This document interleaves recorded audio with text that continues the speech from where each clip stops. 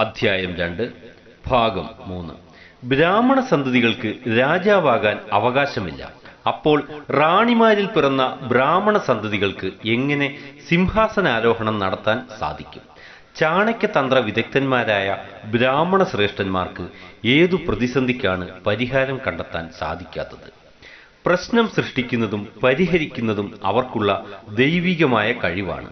ഭൂമിയിലെ ദൈവങ്ങൾ മാത്രമല്ല അവർ, പ്രപഞ്ചത്തെ മന്ത്രതന്ത്രങ്ങളിലൂടെ നിലനിർത്തുന്നവരാണവർ.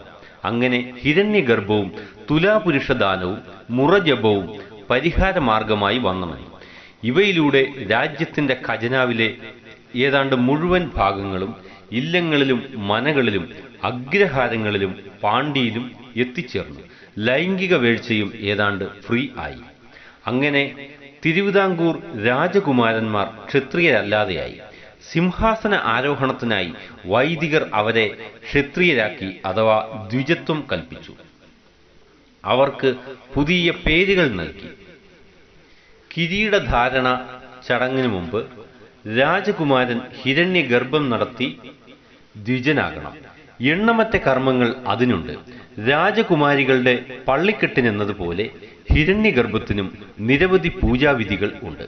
കൊട്ടാരം മന്ത്രോച്ചാരണത്താൽ മുഖരിതമാകണം. ഹിരണ്യഗർഭം എന്ന കർമ്മത്തിന് സ്വർണ്ണ നിർമ്മിതമായ പശുവിന്റെ ഗർഭത്തിൽ കയറി വായുവിലൂടെ രാജകുമാരൻ പുറത്തു വരണം. അത്യന്തം ഭക്തിപുരസ്സരമായ കർമ്മമാണ് ഹിരണ്യഗർഭം. സ്വർണ്ണ പശുവിന് കടുത്ത വേദനയുണ്ടായി എങ്ങും പൊട്ടൽ വരുവാൻ പാടില്ല. അങ്ങനെ സംഭവിച്ചാൽ മഹാരാജ്യം പൊട്ടിത്തകർന്നു പോകും. The state will വൈദർ away. തടിച്ചു കൊഴുത്ത് കനം കൂടിയ രാജകുമാരൻ കയറിയിറങ്ങിയാൽ തലനാരിഴ പൊട്ടൽ പോലും വരാതിരിക്കണമെങ്കിൽ ആ സ്വർണ്ണപ്പശുവിന് എത്ര മഞ്ഞ് ഭാരം വേണ്ടിവരുമെന്ന് ഊഹിക്കാം. ജനനത്തിന്റെ വിപരീത രൂപത്തിൽ ബ്രാഹ്മണപുത്രൻ ദ്വിജനായി ജനിക്കുന്നു. മനുഷ്യനെ മൃഗമാക്കുന്ന പ്രക്രിയ എന്ന് ഒരു ചരിത്രകാരനും ഇതുവരെ രേഖപ്പെടുത്തിയിട്ടില്ല. അടുത്ത ചിട്ട ദ്വിജനെ പഞ്ചഗവ്യം നിറച്ച സ്വർണ്ണത്താമരയിൽ മന്ത്രോച്ചാരണത്തോടെ തന്ത്രിമാർ മുക്കുന്നു. സ്വർണ്ണത്താമരയ്ക്കും നേരിയ പൊട്ടൽ പോലും വരരുത്. തുടർന്നു വരുന്ന മന്ത്രോച്ചാരണ ബഹള കോലാഹലത്തിൽ തുലാപുരുഷദാനവും നടക്കണം. തുലാപുരുഷദാനത്തിന് സ്വർണ്ണ നാണയങ്ങൾ തന്നെ വേണം. തന്ത്രിമുഖ്യൻ അവസാനം കൈ ഉയർത്തി കുമാരന് ദ്വിജത്വവും പുതിയ പേരും നൽകുന്നു. സ്വർണ്ണ പശുവും സ്വർണ്ണ താമരയും പൊട്ടിച്ച് പല വീതങ്ങളാക്കുന്നു. സ്വർണ്ണ നാണയങ്ങളും വീതം വയ്ക്കുന്നു. അവ രാജസേനയുടെ അകമ്പടിയോടുകൂടി ബ്രാഹ്മണരുടെ ഭവനങ്ങളിൽ എത്തിച്ചേരുന്നു. ജനത തൊഴുകൈകളുമായി നിൽക്കും. രാജഭണ്ഡാരത്തിന്റെ നല്ലൊരു വിഹിതം ബ്രാഹ്മണ ഭവനങ്ങളിൽ എത്തിച്ചേരാനുള്ള മറ്റൊരു നടപടിയായിരുന്നു മുറജപം. 6 വർഷത്തിലൊരിക്കൽ മുറജപം നടന്നു. ആഴ്വാഞ്ചേരി വൈദികർ വരെ മുറജപത്തിന് എത്തിച്ചേർന്നിരുന്നു. വൈദിക ശ്രേഷ്ഠർ വന്നെത്തുന്നത് ശ്രീ പത്മനാഭസ്വാമി ക്ഷേത്രത്തിലാണ്. മഹാരാജാവും കുടുംബാംഗങ്ങളും നഗ്നപാതരായി വന്ന് വൈദികരെ സ്വീകരിക്കണം. അവരെ ആനപ്പുറത്ത് കയറ്റി നഗ്നപാതരായി അവർ കൊട്ടാരത്തിൽ എത്തുന്നതുവരെ പുറകെ നടക്കണം. അത് 10 ദിവസം നീണ്ടു നിൽക്കുന്ന മുറജപം ഖജനാവ് കാലിയാക്കും. അത് നിറയ്ക്കുവാൻ പുതിയ പുതിയ കരങ്ങൾക്ക് രൂപം നൽകും. മുറജപകാലത്ത് രാജകുടുംബത്തിലെ തമ്പുരാട്ടിമാർ ഓരോ ബ്രാഹ്മണ ശ്രേഷ്ഠന്റെയും സുഖസൗകര്യങ്ങളിൽ ശ്രദ്ധ കേന്ദ്രീകരിക്കണം. ദിവസേന നാഗരാശികൾ ദക്ഷിണയായി അവർ സ്വീകരിച്ചു. വൈദികർ ദിവസേന കൂട്ടമായി 3 പ്രാവശ്യം മന്ത്രങ്ങൾ ഉരുവിട്ട് രാജകുടുംബത്തെ ബ്രഹ്മഹത്യാ പാപത്തിൽ നിന്നും രക്ഷിച്ചു. പ്രഭാതം പൊട്ടിവിടരുമ്പോൾ ശ്രീപത്മനാഭ സ്വാമി ക്ഷേത്രത്തിലെ പത്മതീർത്ഥത്തിൽ നിന്നവർ ജപം നടത്തും. വൈഡൂര്യ രത്നമാലയും സ്വർണ്ണ അരഞ്ഞാണവും ചാർത്തിക്കിടക്കുന്ന റാണിമാർ, സന്താനവർദ്ധിനികൾ ആ കാലയളവിൽ പുഷ്പിണികളായി മാറും. മുറജപകാലത്ത് വൈദികനായ ആഴ്വാഞ്ചേരി തമ്പ്രാക്കൾ എഴുന്നള്ളുമ്പോഴുള്ള ഘോഷം VT ഭട്ടതിരിപ്പാട് വർണ്ണിച്ചിരിക്കുന്നത് നോക്കുക. തമ്പ്രാക്കൾ കാൽനടയായി എഴുന്നള്ളുകയില്ല. മറ്റുള്ളവന്റെ മണ്ണിൽ കാൽ കുത്തുകയും പതിവില്ല. ചെല്ലുന്നിടത്തെല്ലാം സ്വന്തം മണ്ണ് വിതറും. കരയിൽ ഡോലി, കായലിൽ തണ്ടുവലിക്കുന്ന ബോട്ട്, അനുയായികൾക്കെല്ലാം സവർണർ ഊന്നുന്ന വള്ളങ്ങൾ. അങ്ങനെയാണ് യാത്ര. തിരുവനന്തപുരം വള്ളക്കടവ് മുതൽ വാസസ്ഥലം വരെ സർക്കാരുദ്യോഗ വൃന്ദം നയിക്കുന്ന ഘോഷയാത്രയായിട്ടാണ് അദ്ദേഹത്തിന്റെ തിരുവെഴുന്നള്ളത്ത്. തമ്പ്രാക്കൾ കൊട്ടാരത്തിൽ ചെന്ന് മഹാരാജാവിനെ മുഖം കാണിക്കുകയില്ല. മഹാരാജാവ് പരിവാര സമ്മേതം അങ്ങോട്ട് ചെന്ന് തമ്പ്രാക്കളെ കണ്ട് കുശലം അന്വേഷിക്കണം. വിലപിടിച്ച കാഴ്ചദ്രവ്യങ്ങൾ തിരുമുൽ കാഴ്ചവെച്ച് അദ്ദേഹത്തിന് അനുഗ്രഹങ്ങൾ അഭ്യർത്ഥിക്കണം. ഭട്ടതിരിപ്പാട് തുടരുന്നു. വാരവും പൂരവും തേവാരവും വാര്യത്ത് സംബന്ധവുമായി നടക്കുന്നതിലായിരുന്നു അവർക്ക് കമ്പം.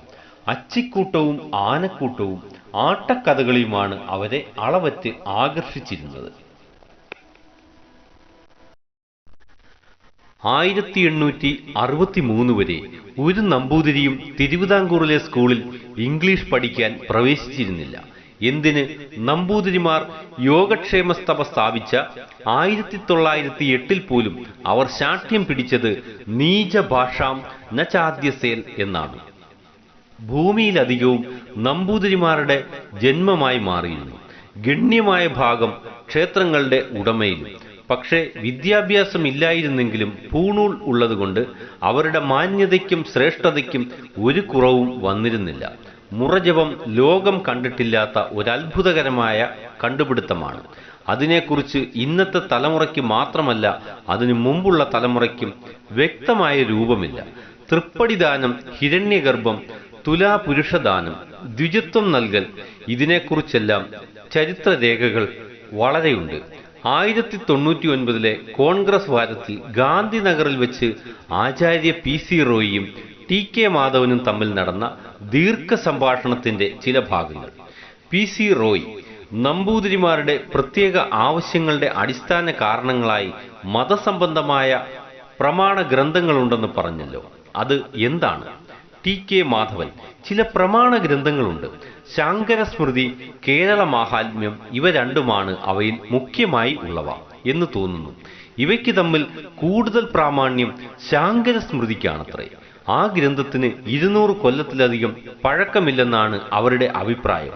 ഇതിന്റെ കർത്താവ് ഒരു നമ്പൂതിരിയാണെന്നും ആ നമ്പൂതിരി കൃത്രിമമായി നിർമ്മിച്ചിരിക്കുന്നതാണ് ആ ഗ്രന്ഥമെന്നും ആ പണ്ഡിക സംഘം അഭിപ്രായപ്പെടുന്നു. PC റോയ്, തിരുവിതാംകൂർ രാജവംശവും നമ്പൂതിരിമാരുമായുള്ള ബന്ധത്തിന്റെ സ്വഭാവമെന്താണ്?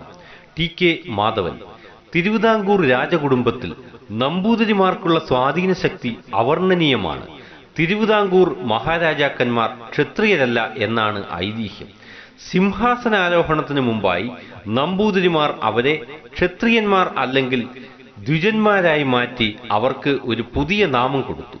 കിരീടധാരണത്തിന് മുമ്പ് മഹാരാജാക്കന്മാർ ഹിരണ്യഗർഭവും തുലാപുരുഷ ദാനവും നടത്തി സ്വർണം കൊണ്ട് പ്രത്യേകം ഉണ്ടാക്കി വെച്ചിട്ടുള്ള പശുവിന്റെ ഗർഭത്തിൽ കൂടി കടന്ന് വായിൽ കൂടി വെളിക്ക് വന്നതിന് ശേഷം പഞ്ചഗവ്യം നിറച്ചു വെച്ചിട്ടുള്ള ഒരു സ്വർണ്ണത്താമരയിൽ മുങ്ങുന്നു. അതിനെ തുടർന്ന് ഒരു ത്രാസിൽ കയറി ഇരുന്നിട്ട് മറ്റേ ത്രാസിൽ സ്വർണം, വെള്ളി, ഈ ലോഹങ്ങൾ കൊണ്ടുള്ള നാണയം ഇട്ട് തൂക്കുന്നു. ഈ ക്രിയകളെല്ലാം നടന്നതിന് ശേഷം സ്വർണം കൊണ്ടുള്ള പശു, താമര, നാണയങ്ങൾ ഇവയെല്ലാം മഹാരാജാക്കന്മാർ നമ്പൂതിരി ബ്രാഹ്മണർക്ക് ദാനം ചെയ്യുന്നു. പകരമായി നമ്പൂതിരിമാർ കൈപൊക്കി അനുഗ്രഹിച്ച് മഹാരാജാക്കന്മാർക്ക് ദ്വിജത്വം നൽകുന്നു. ഇതുകൂടാതെ രാജകുടുംബം ഒരു 100 കൂട്ടം കാര്യങ്ങൾ നമ്പൂതിരിമാരെ ആശ്രയിക്കേണ്ടതുണ്ട്. ആചാര്യ PC റോയ്, നിങ്ങളുടെ അപേക്ഷാപത്രത്തിൽ പറയുന്ന യജ്ഞം ഏതാണ്?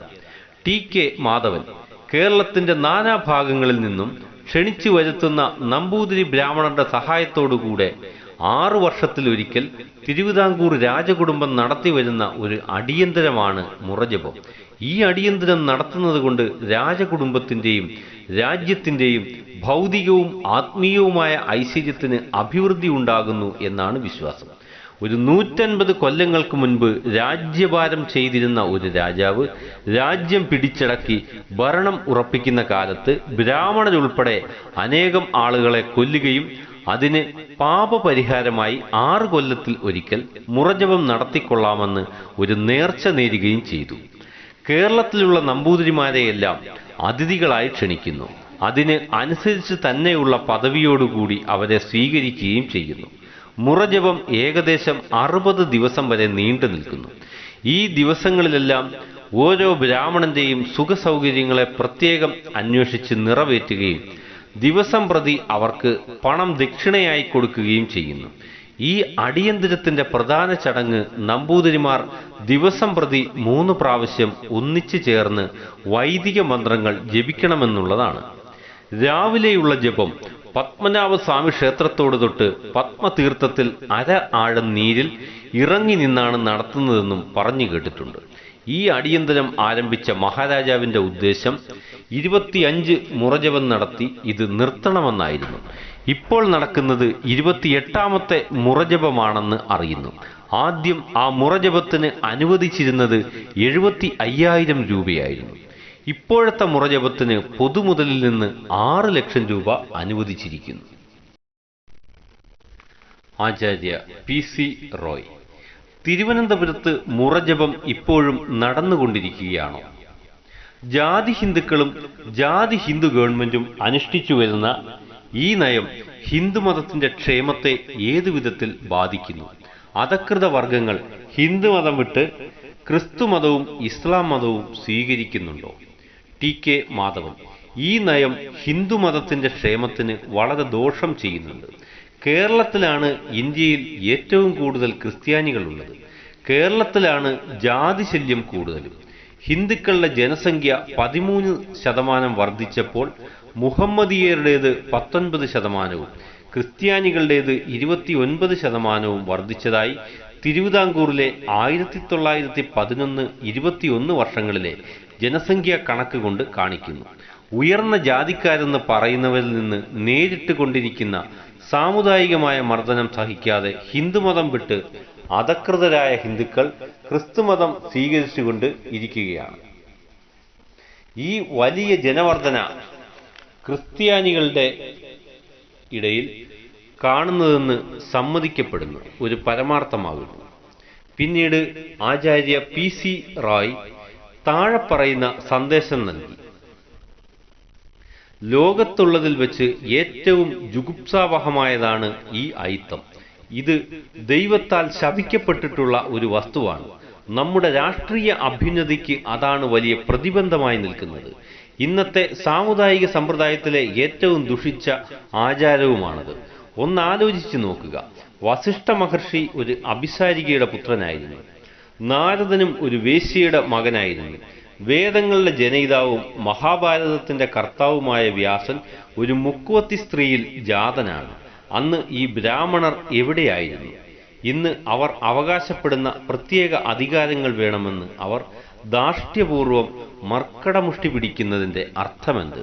നമ്പൂതിരിയെക്കുറിച്ച് നാഗമയ്യ 1875 സെൻസസ് റിപ്പോർട്ടിൽ എഴുതിയിരിക്കുന്നത് ഇപ്രകാരമാണ്: അങ്ങുന്നിന്റെ കുടിയാന്മാർ ഒരു വെറും ഭൂസ്വാമി എന്ന നിലയിലല്ല, മറിച്ച് അവരുടെ രക്ഷിതാവും രാജപ്രഭുവും ഭൂദേവനും എന്ന നിലയിലാണ് കീഴ്വഴങ്ങിയിരിക്കുന്നത്.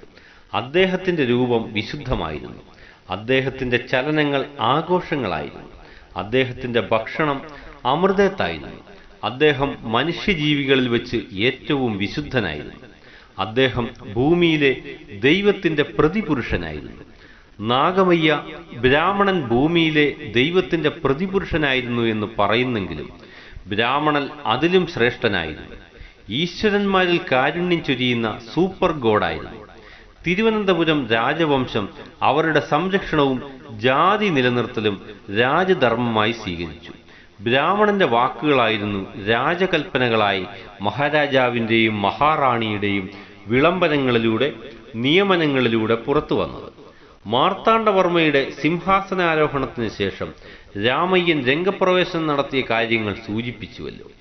ഈഴവരെ ഭരണരംഗത്തു നിന്നും രാമയ്യൻ തുടച്ചുമാറ്റി. ഈഴവർക്ക് ലഭിക്കേണ്ട സർക്കാർ ജോലികൾ കൂടി നായന്മാരുടെ കൈവശം എത്തിച്ചേർന്നു. നായന്മാർക്ക് വളരെ ചെറിയ തസ്തികകൾ മാത്രമേ ലഭിച്ചുള്ളൂ. എങ്കിലും ക്ഷത്രിയരും ബ്രാഹ്മണരും നായന്മാരുടെ പൂജാവിഗ്രഹങ്ങളായി മാറി എന്ന് പറയാം. ഈഴവർ കഴിഞ്ഞാൽ ജാതിയുടെ അടിസ്ഥാനത്തിൽ ഏറ്റവും വലിയ സംഖ്യാബലമുള്ളവരായിരുന്നു നായന്മാർ. ബ്രാഹ്മണരും ക്ഷത്രിയരും സംഖ്യാബലത്തിൽ 1.5% പോലുമില്ലായിരുന്നു. അങ്ങനെ വന്നപ്പോൾ ജാതിപ്പടിയുടെ അവസാന പടിയിലായിരുന്നുവെങ്കിലും നായന്മാർ മറ്റുള്ളവരുടെ മുൻപിൽ ആഢ്യനായി നിലകൊണ്ടു. അവർ ബ്രാഹ്മണ ക്ഷത്രിയരുടെ കരവാൾ ആയി മാറി. ബഹുഭൂരിപക്ഷം ഗ്രാമങ്ങളിലും കൊട്ടാരങ്ങളും ഇല്ലങ്ങളും ഇല്ലായിരുന്നു. അതുകൊണ്ട് ജാതിശല്യം മറ്റുള്ളവർ ഏൽക്കേണ്ടി വന്നത് നായന്മാരിലൂടെ ആയിരുന്നു. ബ്രാഹ്മണ ഭക്തിയുടെയും ക്ഷത്രിയ ഭക്തിയുടെയും ലഹരിയിൽ നായർ സമുദായം മുങ്ങി. അതിനവർ കൊടുക്കേണ്ടി വന്ന വില ഇന്ന് ഓർക്കാൻ പോലും അറപ്പ് വരുത്തുന്നതാണ്. അന്ന് ആഢ്യമായി ദിവ്യമായി കരുതിയത് പലതും ഇന്ന് ദുർഗന്ധം വമിക്കുന്ന ഓടകളായി മാറി. കാലം എന്ന പ്രഹേളിക.